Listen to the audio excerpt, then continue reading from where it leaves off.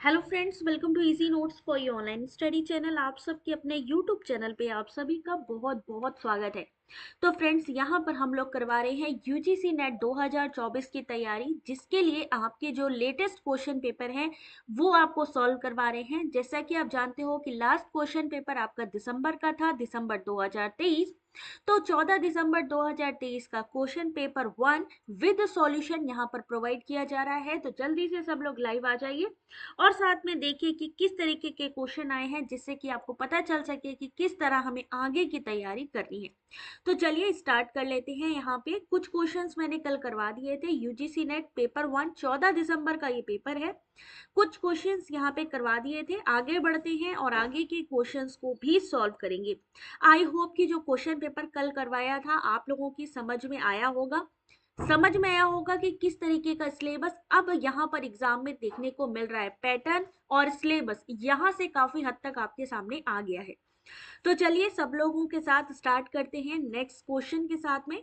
Question यहाँ जो मैंने करवा दिए थे, क्वेश्चन नंबर 16 तक। क्वेश्चन नंबर 16 आप लोगों को करवाया था कि यहाँ पर इम्प्रिंट, भीम, Bharat interface for money, UMANG और पेटीएम, इनमें से कौन सा ऐसा है जो गलत मैचिंग है। आपको बताना है इस क्वेश्चन का सही आंसर कि क्या होगा, कौन सा इसमें से गलत है। क्वेश्चन नंबर 26, क्योंकि यहाँ पे मैंने डीआई के क्वेश्चन सभी स्किप किए हैं, तो जल्दी से बताइए जिसको भी पता है। राजू, आर के, अर्चना, राधे राधे बेटा। स्टार्ट करते हैं केपी। क्वेश्चन नंबर 16 आंसर करिए, इस क्वेश्चन का सही आंसर क्या होगा। तो यहाँ पर इस क्वेश्चन का जो सही आंसर है वो है ऑप्शन नंबर सी, यानी कि उमंग। उमंग जो यहाँ पे फुल फॉर्म लिखा है कि यूनाइटेड मोबाइल एप्लीकेशन की जगह क्या होगा, unified mobile application for new age governance. United की जगह यूनिफाइड होगा, ध्यान रखिए। यहाँ पे फुल फॉर्म भी आते हैं, unified mobile application for new age generation. ठीक है, तो यहाँ पे उमंग जो है वो ऑप्शन गलत है। क्वेश्चन नंबर 17 आपके सामने, ये आपकी इन्वायरमेंट से क्वेश्चन है। तो आंसर करेंगे इस क्वेश्चन का, किसी झील में बढ़ते पोषक स्तर से उसमें उपस्थित जीविता की संख्या और प्रकार परिवर्तित होते हैं। दूसरा चीज है कि सुपोषक झीलों में स्वच्छ जल और अल्प मात्रा में जैव सहित यानी बायोमास होता है। क्वेश्चन नंबर 17 आप सभी के सामने। कौन से क्वेश्चन में प्रॉब्लम हुई आर के?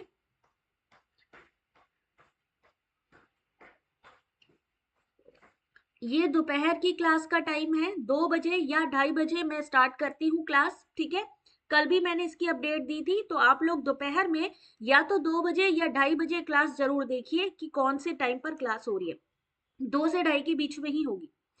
तो यहाँ पे क्वेश्चन नंबर 17 याद रखिए, आपसे अल्प पोषित जो झीलें हैं, है ना, दूध पोषित झीलें हैं, उनसे भी रिलेटेड क्वेश्चन आता है। तो सही आंसर है सी, यानी पहला कथन जो है वो सही है, जबकि दूसरा कथन है वो गलत है। किसी झील में बढ़ते पोषक स्तर से उसमें उपस्थित जीविता की संख्या और प्रकार परिवर्तित होते हैं, क्योंकि सुपोषक झीलों में, सुपोषक यानी जिसमें पोषक तत्वों की बहुत ज्यादा जो है उसमें रहती है मात्रा, उसमें स्वच्छ जल और प्रचुर मात्रा में जैव संहिता यानी कि बायोमास होते हैं। जबकि इन्होंने क्या कहा है कि सुपोषक झीलों में अल्प मात्रा में होता है, जबकि होता क्या है, अच्छी झील होगी, सुपोषक होगी, तो वहां पे ज्यादा मात्रा में बायोमास होगा, ज्यादा मात्रा में वहां पे स्वच्छ जल का अवेलेबल होगा। तो क्वेश्चन नंबर 18 है, किस अधिगम शैली में यह शामिल है कि विद्यार्थी एक हद तक अधिगम सामग्री को इस तरीके से देखते हैं कि इससे उन्हें सामग्री का अर्थ समझने में मदद मिलती है। इवनिंग वाली भी होती है, कल रात को हुई थी इवनिंग वाली, 9 बजे हुई थी कल रात। ठीक है, तो रात को भी चेक कर लिया करो, 8:30 से 9, 8, 8:30 से 9 बजे के बीच में क्लास होती है। ठीक है, और दोपहर की 2 से 2:30 जैसे मुझे टाइम मिलता है तो फिर मैं अरेंज करती हूँ। तो 8 से 9 और 2 से 2:30 ध्यान रखो, एक बारी चेक कर लो यहाँ पे। क्वेश्चन नंबर 18, ऐसी कौन सी शैली है जिसमें विद्यार्थी काफी हद तक अधिगम सामग्री को इस तरीके से देखते हैं कि उससे उन्हें सामग्री का अर्थ समझने में मदद मिलती है? तो सही आंसर है डीप स्टाइल यानी गहन शैलियां। गहन अधिगम शैली क्या होती है? जिसमें कि विद्यार्थी एक हद तक अधिगम सामग्री को इस तरह से देखते हैं कि उससे उन्हें सामग्री का अर्थ समझने में मदद मिलती है। ये किसी विषय के जटिल तत्वों को समझने, संबोधित करने और संदर्भों के भीतर पार संबंध बनाने की क्षमता है। अभी आप देखो कि शैलियों के बारे में एपीए स्टाइल, एमपी स्टाइल आता है, बट यहाँ पर ये जो नई शैली दी गई है ना, surface style, impulsive style, deep style, reflective style, यानी अब आपसे यहां से क्वेश्चन किया जा सकता है। तो आप सबसे रिक्वेस्ट है कि यहाँ पे इन शैलियों के छोटे छोटे नोट्स या वन लाइनर क्वेश्चन जरूर तैयार कर लीजिए। पता चलेगा कि यहाँ से भी क्वेश्चन आ रहा है, पहले नहीं आता था बट अब यहाँ से भी आ रहा है। क्वेश्चन नंबर 19, एडमोडो ऑनलाइन टूल से शिक्षकों को विद्यार्थियों के माता पिता के संपर्क में रहने, उनसे विद्यार्थियों की अद्यतन स्थिति साझा करने, विद्यार्थियों की प्रगति के विषय में चर्चा करने में सहायता मिलती है। डुओलिंगो ऑनलाइन भाषा अधिगम का एक मंच है।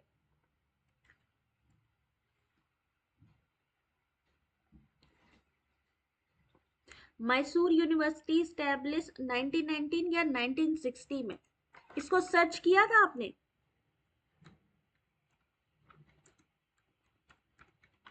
जहां पर भी क्वेश्चन डाउटफुल लगे उसको सर्च किया करिए।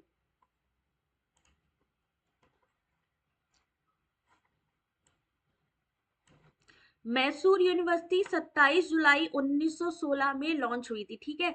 27 जुलाई, वहां जो गलत लिखा है 1919, 27 जुलाई 1919 में आपकी मैसूर यूनिवर्सिटी स्टैब्लिश हुई थी, ठीक है। इसको आप लोग कर लेना,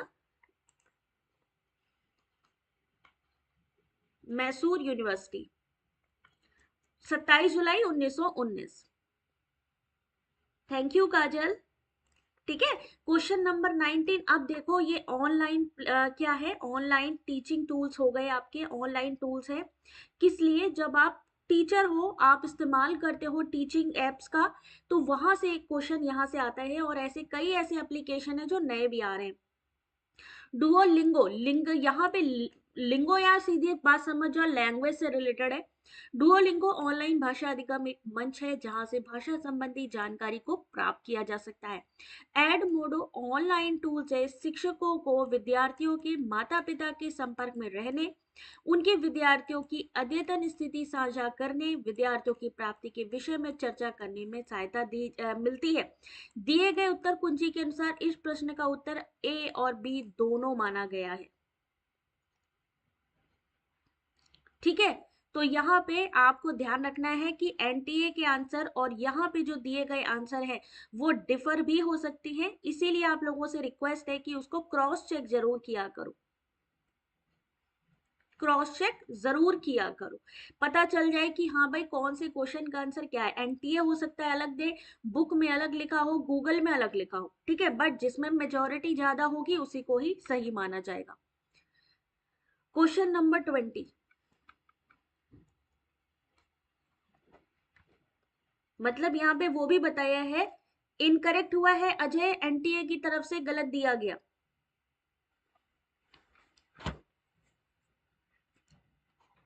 कुछ ऐसे क्वेश्चंस भी हैं जिनके आंसर अगर हम पढ़ा है हमने कॉन्सेप्ट तो उस पे इस तरीके के आंसर है, एनटीए ने अलग आंसर किए, लेकिन क्योंकि उस पे किसी ने क्लेम नहीं किया इसीलिए उसने उसी को ही आंसर को करेक्ट मान लिया। वायु प्रदूषण के दुष्प्रभाव मानव स्वास्थ्य तक ही सीमित नहीं होते हैं। विभिन्न औद्योगिक प्रक्रमों द्वारा वायु में छोड़े गए फ्लोरीन का महत्वपूर्ण अविषाक्तीय प्रभाव उत्पन्न होता है। इन्वायरमेंट से ये वाला क्वेश्चन आपके सामने। केपी ने आंसर किया है डी, देखते हैं सही है कि नहीं। भाई सही आंसर है, ए और बी दोनों ही सही है। वायु प्रदूषण का ना सिर्फ मानव स्वास्थ्य पे बल्कि आपके पर्यावरण पे, पशु पक्षी जीव जंतु वायुमंडल पर सब पर इफेक्ट पड़ता है वायु प्रदूषण का। हालांकि औद्योगिक प्रक्रियाओं से निकले फ्लोरीन के महत्वपूर्ण पादप अविषाक्तीय प्रभाव के होते हैं, ये भी सही बात है। तो दोनों ही ऑप्शन यहाँ पे सही है। क्वेश्चन नंबर 21, भारत में विज्ञान की शिक्षा सर्वप्रथम 1817 में कलकत्ता में किस कॉलेज में शुरू हुई थी? क्वेश्चन नंबर 21,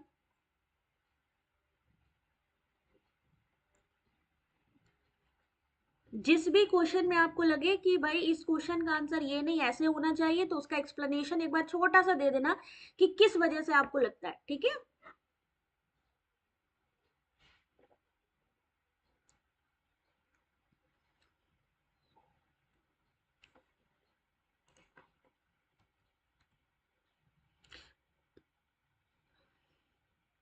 ये वाले क्वेश्चन में आपका कहना है कि दोनों ही सही है, बिल्कुल सही बात है, बट ऑप्शन यहाँ पे जो माना गया है ये एनटीए ने इसको बी माना है, और वैसे इसका जो सही आंसर है, करेक्ट आंसर है वो ए है। यही मैं कह रही हूं कि दोनों आंसर में डिफरेंस हो सकता है, तो ऐसे आंसर को अगर आप एनटीए से सही कराना चाहते हो तो क्या करना होता है, क्लेम आंसर की करनी है। अगर आप नहीं करोगे तो वो उसी को ही करेक्ट आंसर मान लेता है। यही चीज मैं कह रही हूँ, सही आंसर ए ही है, बट क्योंकि एनटीए ने बी ऑप्शन को सही माना है, इसलिए यहाँ पर अलग से इसको मेंशन किया है कि अगर आप एनटीए के आंसर की में देखोगे तो उसमें क्या माना गया है, अलग अलग ऑप्शन को माना गया है। तो चलो यहाँ पे next question 21, option number D, Hindu college. Bharat में विज्ञान की शिक्षा सर्वप्रथम 1817 में कलकत्ता के हिंदू कॉलेज में शुरू हुई थी। इस कॉलेज की स्थापना डेविड हेयर और राजा राम मोहन राय के प्रयासों से हुई थी। हिंदू कॉलेज बिल्कुल सही answer. Question number 22,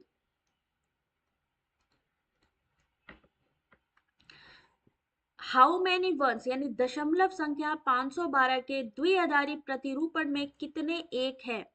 how many ones are there in the binary representation of the decimal number 512? यानी अगर हम 512 का, ये हमारी कैसी वैल्यू है, डेसिमल वैल्यू है, इसको इन्होंने कहा अगर हम बाइनरी में कन्वर्ट करते हैं तो उसमें ये जो 100 100 ऐसे आता है ना, तो ये जो वन है ये कितने वन आएंगे, ये पूछा है। दूसरा पूछा है कि 1 kilobyte equal to 2x bits हो तो x का मान क्या होगा? 1 किलोबाइट यानी कितने की पावर, अगर हम 1 KB की बात कर रहे हैं तो यानी कितने की पावर होगी यहाँ पे 2 में बिट्स, ठीक है? जब दो षोडश अधिकारी यानी हेक्साडेसिमल संख्याओं ए और बी को जोड़ा जाता है, कितनी संख्याएं होती हैं हेक्साडेसिमल में? 16। कहां से कहां तक होती है, कोई बता सकता है? ए और बी को एक साथ जोड़ा जाए तो उसका मान क्या होगा? और अगर द्विआधारी संख्या यानी 0 0 0 1 0 1 0 0 बाइनरी संख्या है तो इसका डेसिमल क्या होगा, ये पूछा है। यानी अब डेसिमल कन्वर्जन यहां से जो क्वेश्चंस हैं आपके इस तरीके से पूछे जा रहे हैं।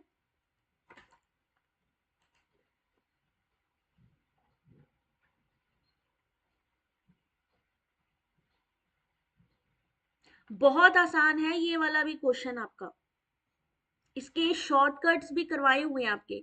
दशमलव संख्या 512 के द्विआधारी प्रतिरूपण में कितने एक हैं? सिर्फ एक। इसको क्या करना है, अगर आपको 512 दिया जाए डेसिमल संख्या, उसको आपको बाइनरी में कन्वर्ट करना हो, 512 का एलसीएम ले लो, जितने भी रिमाइंडर है वो आपको कैलकुलेट करने हैं, आंसर आपको पता चल जाएगा कि कितना 1000 या 00001, ऐसी संख्या में वन कितने आए हैं ये पूछा है, ठीक है? 1 किलोबाइट इक्वल टू 13 बिट्स, 2 की पावर 13 बिट, ठीक है? जब दो षोडश अधिकारी यानी अगर ए और बी को एक साथ जोड़ा जाए तो क्या मान होगा? 15। द्विआधारी संख्या जो है यानी बाइनरी, अगर उसको डेसिमल में कन्वर्ट करेंगे तो कितना होगा? 20 होगा। इसी तरीके के 8 to 5, 0 से 9 जो आपकी हेक्साडेसिमल होती है, 0 से 9 और A to F, इन्होंने ए और बी को जोड़ के बताने के लिए कहा है कि कितना होगा।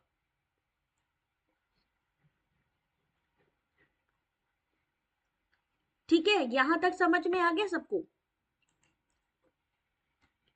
क्वेश्चन नंबर 23, देखते हैं कितने लोग सही आंसर करते हैं इस क्वेश्चन का। और ये question most of the time पूछा गया क्वेश्चन है। Arrange the following according to APA style. और ये तो अभी लेटेस्ट 2023 दिसंबर के क्वेश्चन पेपर में भी आया है। एपीए शैली से अगर हमें आर्टिकल लिखना है तो कैसे लिखेंगे?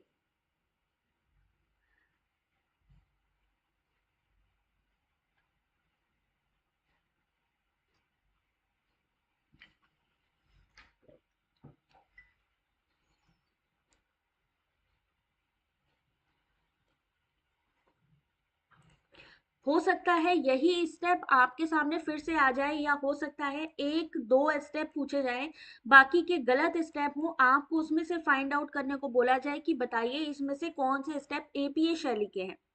तो सही आंसर है ऑप्शन नंबर डी, यानी सबसे पहले क्या आएगा? नेम ऑफ द ऑथर, सबसे पहले लेखक का नाम आएगा, उसका पब्लिकेशन ईयर, जो बुक पब्लिश कर रहे हैं उसका publication year, title of research article, और लास्ट में आएगा नेम ऑफ जर्नल यानी जर्नल का नाम। क्वेश्चन नंबर 24, इन्होंने लिखा है कि सभी पेय द्रव्य है, यानी ऑल बेवरेजेस आर लिक्विड। सभी बेवरेजेस क्या है? लिक्विड है। अगर हम इसको सही मान लेते हैं तो इनके तार्किक रूप से कौन सा कथन समतुल्य है? कुछ पेय द्रव्य होते हैं, सभी द्रव पेय होते हैं, कुछ द्रव पेय होते हैं। लिक्विड का मतलब हो गया द्रव, ठीक है, और ये क्या हो गया आपका? पेय। कुछ पेय द्रव्य होते हैं, भाई जब सारी ही चीजें इसके अंदर हैं द्रव के अंदर, तो ये स्टेटमेंट गलत हो गया, क्योंकि पेय तो पूरा किसके अंदर है? लिक्विड के अंदर है। सभी द्रव पेय होते हैं, बिल्कुल नहीं, क्योंकि यहाँ पे कुछ ही हिस्सा पेय का है, तो दूसरा ऑप्शन भी हमारा गलत होता है। Some liquid are beverages. Some liquid, भाई ऐसा तो है नहीं कि अलग से भी कोई इसका डायग्राम बनाओ, अलग से भी कोई चीज बोली गई हो, नहीं, उसी के अंदर है, तो ये भी ऑप्शन गलत है, यानी सही answer 24 option number A. B क्यों बोला?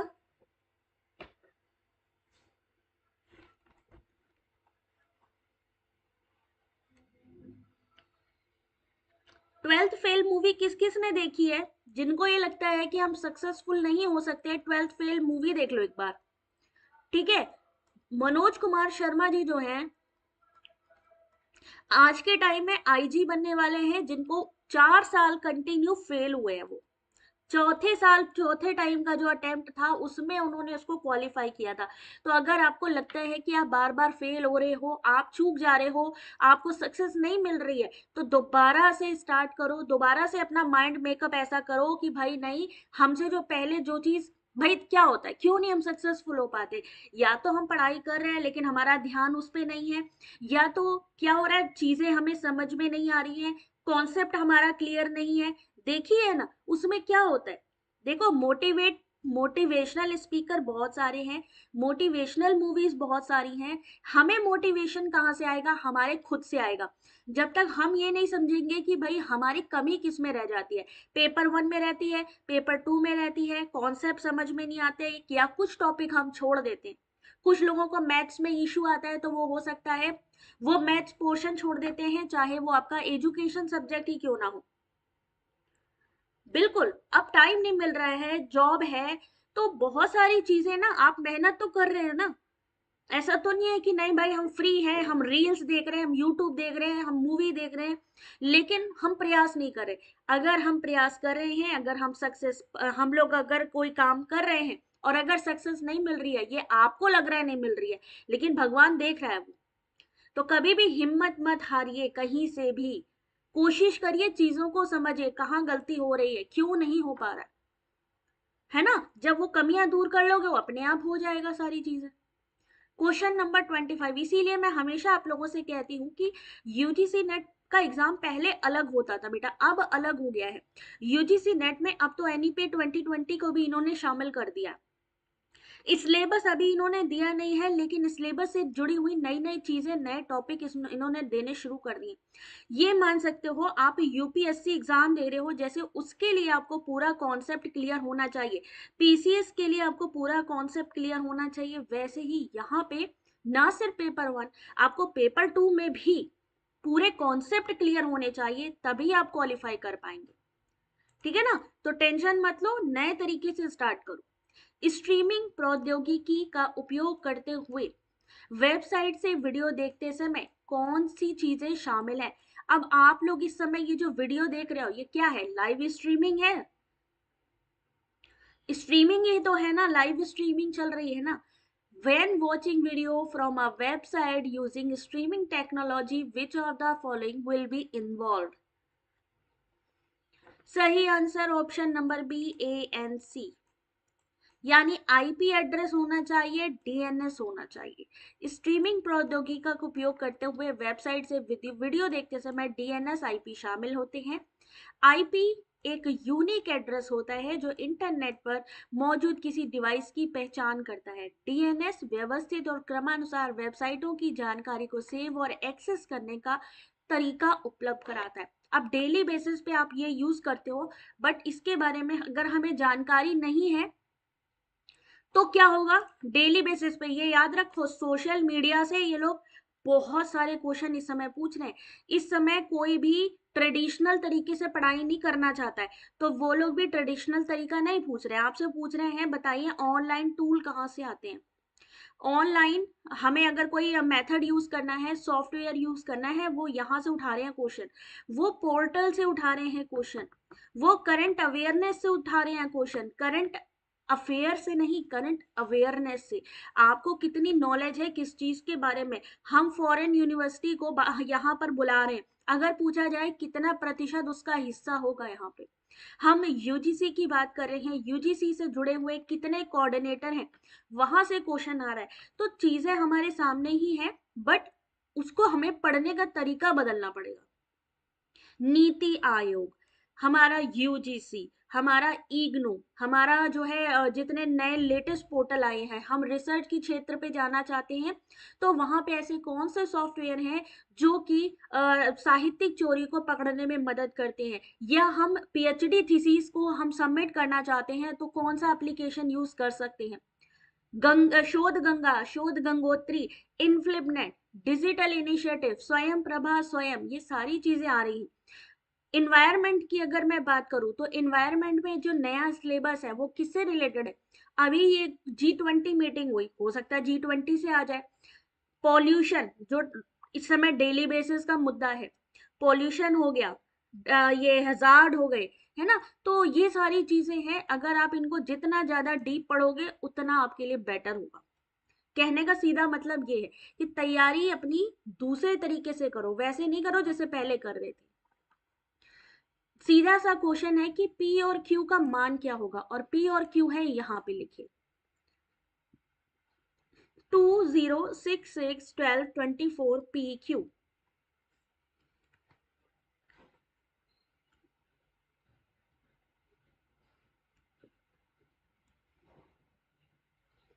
इस क्वेश्चन को सॉल्व करके बताइए क्या होगा इस क्वेश्चन का सही आंसर।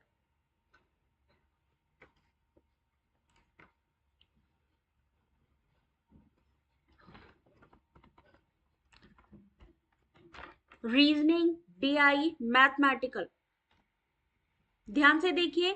2 के बाद यहाँ पे क्या है? 2 के बाद है 0, फिर आया 6, फिर 6, फिर 12, 24। क्या हुआ है यहाँ पे? 2 + 4 हुआ है 6, फिर 6 मल्टीप्लाई, फिर 8 आगे मल्टीप्लाई तो 20, नीचे क्या हुआ है? 1 का क्यूब -1, सॉरी 2 का क्यूब -2, 3 का क्यूब -3, कितना होता है ना? फिर ऊपर आगे फिर प्लस होता जाएगा, तो यहाँ पे जो संख्या है आगे बढ़ती जाएगी। यहाँ पे आपके सामने मैं आपको दिखा देती हूँ एक बार, आप लोग देख लो इसको कि क्वेश्चन को सॉल्व कैसे किया गया है। डिफरेंस देखिए, डिफरेंस को समझते हुए क्वेश्चन का आंसर करिए। ठीक है, बी आंसर है इस क्वेश्चन का।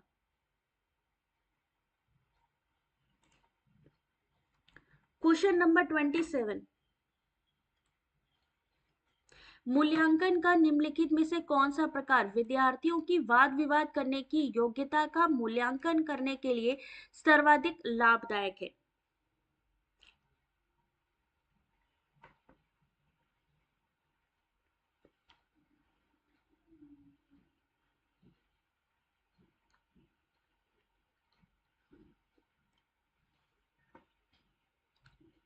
Which one of the following type of assessment would be most beneficial for assessing student ability to debate?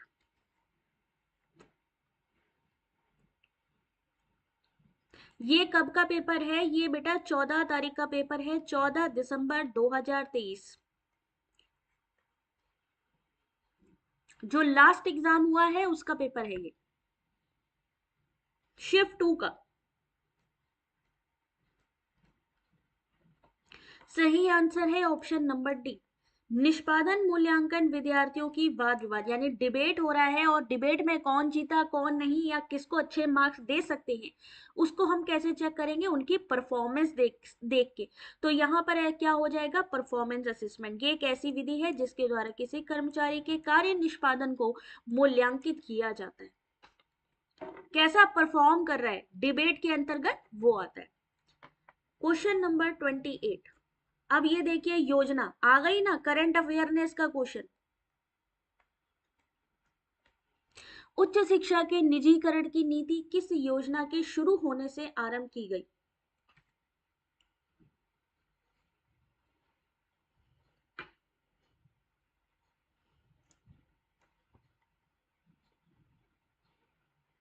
इब्सेटिव क्या हो गया? जब हम सेल्फ इवेल्युएशन करते हैं, खुद से किसी चीज का इवेल्युएशन करते हैं,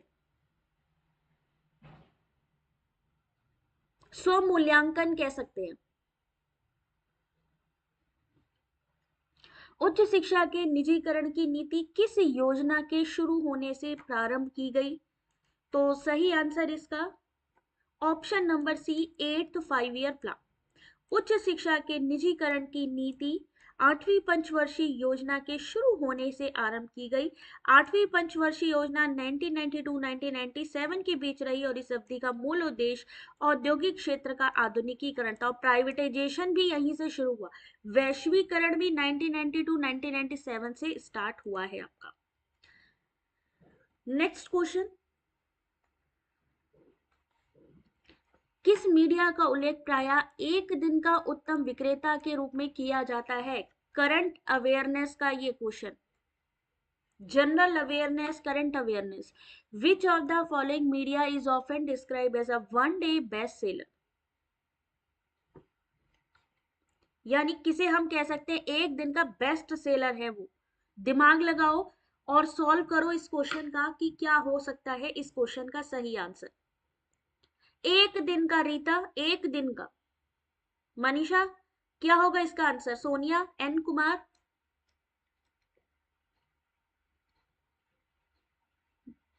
अजय, सी कैसे होगा बेटा?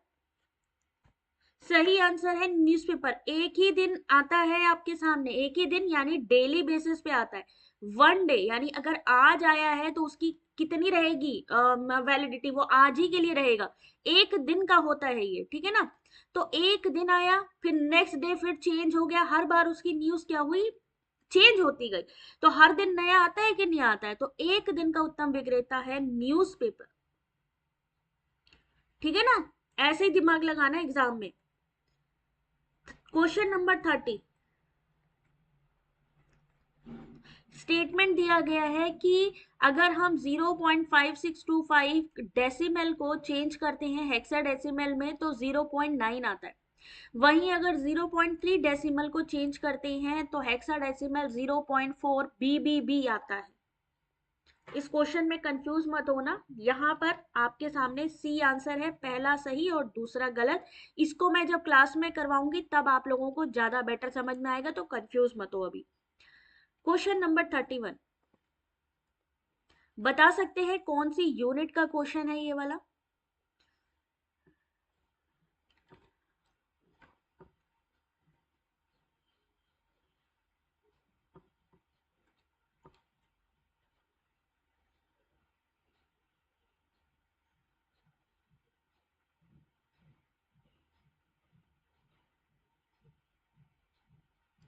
यहाँ पे इस क्वेश्चन का कौन सी यूनिट से पूछा गया क्वेश्चन है ये वाला?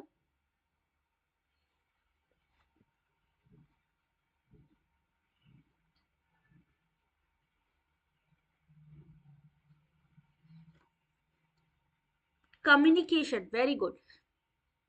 यदि हम संचारण संप्रेषण सिद्धांत का प्रयोग करते हैं तो निष्क्रिय सुरक्षा प्रणाली को प्रोत्साहित किए जाने पर सुरक्षा अनुक्रिया विवृतीय परिवर्तन का प्रतिरोध करेगी। मजबूत तर्क से प्राप्तकर्ता की प्रतिरोधक प्रणाली मजबूत होगी। सही आंसर है ऑप्शन नंबर सी, पहला सही है और दूसरा गलत है। यदि हम संचारण संप्रेषण सिद्धांत का प्रयोग करते हैं तो निष्क्रिय सुरक्षा प्रणाली को प्रोत्साहित किए जाने पर सुरक्षा अनुक्रिया विवृति परिवर्तन का प्रतिरोध करेगी। बात सही है। यह संभव नहीं कि मजबूत तर्क से प्राप्तकर्ता की प्रतिरोधक प्रणाली यानी इम्यून सिस्टम मजबूत होगा, ये यहां से पॉसिबल नहीं। कम्युनिकेशन से इम्यून सिस्टम का कोई मतलब नहीं है, ठीक है। अगला क्वेश्चन, क्वेश्चन नंबर 32।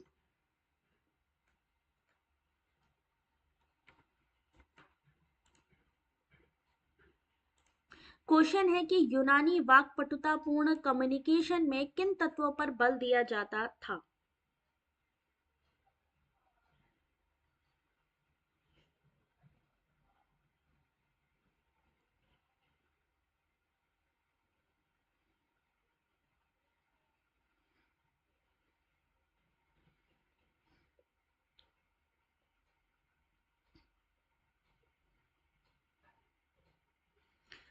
यूनानी की बात करी है, कम्युनिकेशन में कौन सी चीजें थी जिन पर बल दिया जाता था?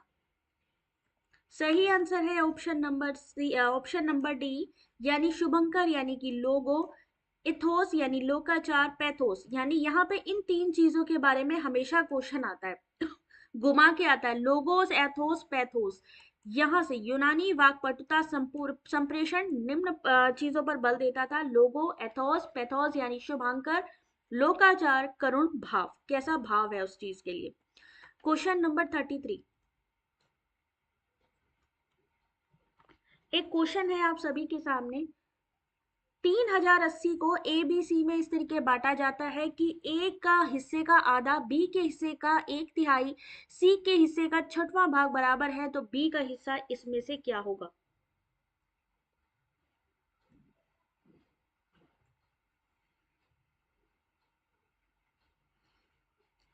कैसे सॉल्व करेंगे ऐसे क्वेश्चन को? ए का आधा, बी का एक तिहाई, बी के हिस्से का एक तिहाई, सी का छठवां भाग, ठीक है। और यहाँ पे इसको टोटल इस तरीके से निकाल लो। इसको करना पड़ेगा मैथमेटिकल। आप में से बहुत सारे लोग ऐसे होंगे जो मैथमेटिकल में अच्छे हैं, कुछ ऐसे होंगे जो मैथमेटिकल में कमजोर हैं, बट कोई बात नहीं, यहाँ पर बेसिक मैथ है जो अभी हम क्लासेस में आप लोगों को करवाएंगे।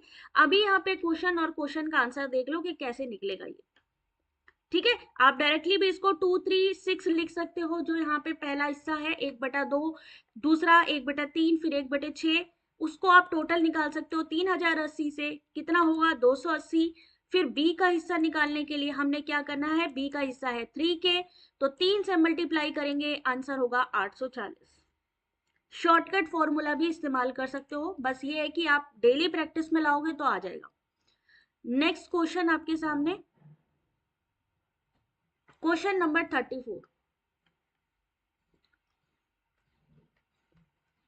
यदि आप यह परीक्षण करना चाहते हैं कि क्या जनसांख्यिकीय माध्य परिकल्पनात्मक माध्य से कम है, तो आप निम्नलिखित में से किस एक का प्रयोग करेंगे? 1 tail test, 2 tail test, half tail test या 3 टेल टेस्ट?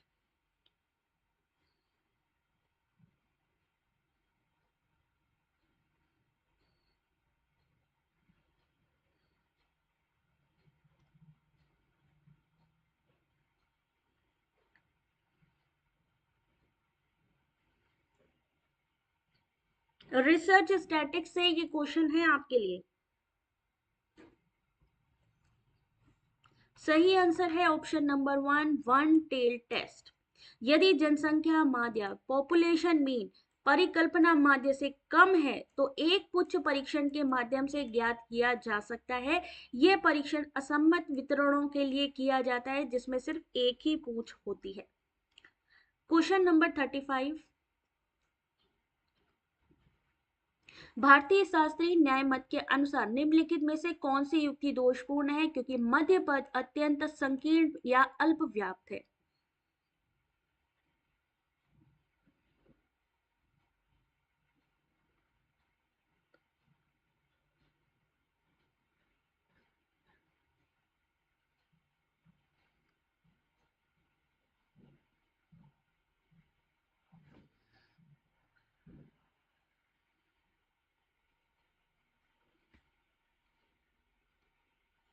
चलिए, क्वेश्चन नंबर 35 सही आंसर देखेंगे ऑप्शन नंबर सी, ध्वनि शाश्वत है क्योंकि यह श्रव्य है। ध्वनि शाश्वत है क्योंकि यह श्रव्य है कथन में युक्ति दोषपूर्ण है, क्योंकि मध्य पद अत्यंत संकीर्ण व्याप्त है। न्याय शास्त्र के प्रवर्तक कौन है? गौतम ऋषि, और इनके जो प्रसिद्ध ग्रंथ हैं उसे हम क्या कहेंगे? न्याय सूत्र कहेंगे। तो इस क्वेश्चन का सही answer option number C. Next question आपके सामने देखिए, मैथमेटिकल कैसे आता है। ए किसी वस्तु को बी को 20% लाभ पर बेचता है, बी इसे सी को 15% हानि पर बेचता है, सी इसके लिए 510 का भुगतान करता है, तो ए ने इसे कितने रुपयों में खरीदा था? डायरेक्टली दिखाती हूं इसका आंसर। ए का क्या बोला? बी को बेचता है 20% पे, बी सी को बेचता है 15% पे।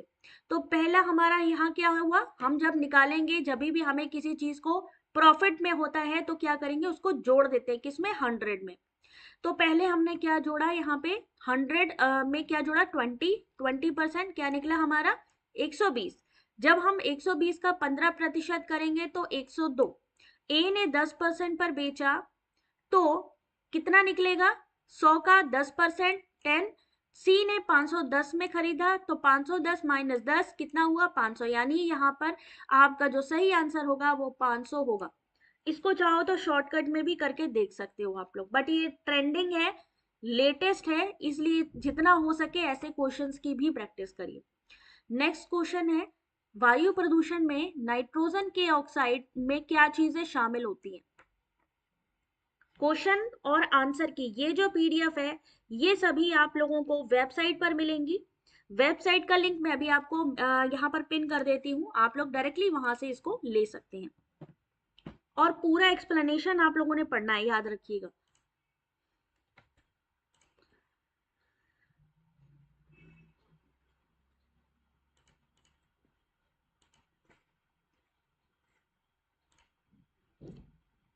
जल्दी से आप में से देखते हैं कितने लोग इस क्वेश्चन का सही आंसर देते हैं। इस क्वेश्चन का सही आंसर है option number B, A and C only. Nitric oxide option number A हो गया। Option number C, dinitrogen oxide. वायु प्रदूषण में नाइट्रोजन के ऑक्साइड में नाइट्रिक ऑक्साइड, नाइट्रोजन डाइऑक्साइड शामिल होती है। नाइट्रोजन ऑक्साइड उर्वरकों और जानवरों के कचरे, जीवाश्म ईंधन के जलने से भी उत्सर्जित होता है, और ये क्या है? एक ग्रीन हाउस गैस भी है। ये क्या है? एक ग्रीन हाउस गैस भी है। चलिए, नेक्स्ट क्वेश्चन, निम्नलिखित पदों की निर्विशेषता अमूर्तता के बढ़ते हुए क्रम में व्यवस्थित कीजिए। Arrange the following term in order of increasing abstractness. सबसे पहले क्या आया उस हिसाब से लगाना है यहाँ पे इस क्वेश्चन को।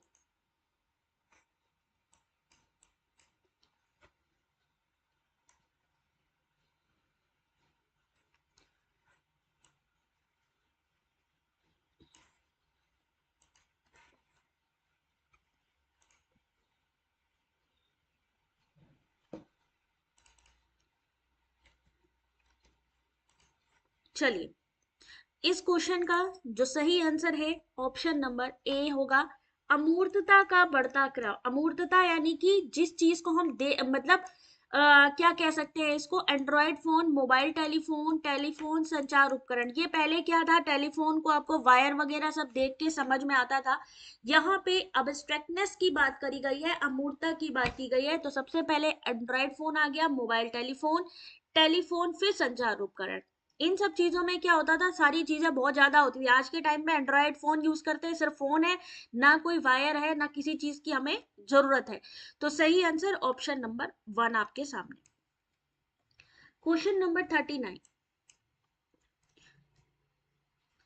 जब सक्षम पाठकों के सामने उनकी देशज भाषा के नए वाक्य आते हैं तो वे उन्हें अपने आप पढ़ लेते हैं। ये किस प्रकार के अधिगम अंतरण का उदाहरण है?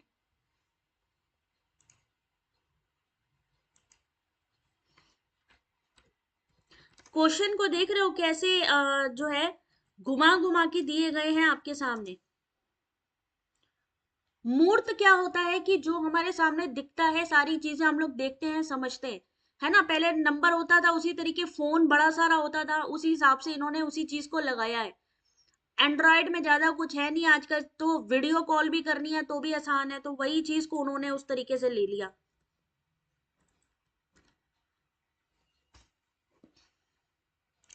अगला क्वेश्चन नंबर 13, सही आंसर है सी, लो रो ट्रांसफर। जब सक्षम पाठकों के सामने उनकी देशज भाषा के नए वाक्य आते हैं तो उन्हें अपने आप पढ़ लेते हैं। ये निम्न मार्ग प्रकार के अधिगम के अंतरण का एक उदाहरण है। अधिगम का एक स्थिति से दूसरी स्थिति में सचेतन प्रयास अंतरण निम्न मार्ग अंतरण होता है, यानी लो रोड ट्रांसफर होता है। Next question. अब low road transfer, high road transfer, near transfer, far transfer, भाई इसको भी पढ़ना पड़ेगा अब आपको। क्वेश्चन नंबर भाई हो गए, अभी तो यहाँ तक कंप्लीट करा दिया है मैंने भाई। बाकी डीआई का क्वेश्चन बाकी है और आरसी का क्वेश्चन बाकी है। आरसी का मैं एक अलग वीडियो बना दूंगी और डीआई का आप लोग उससे डायरेक्टली इसको पढ़ सकते हो। बाकी अगर जिसको भी ये क्लास की पीडीएफ चाहिए तो यहाँ पर मैंने ये पिन कर दिया है।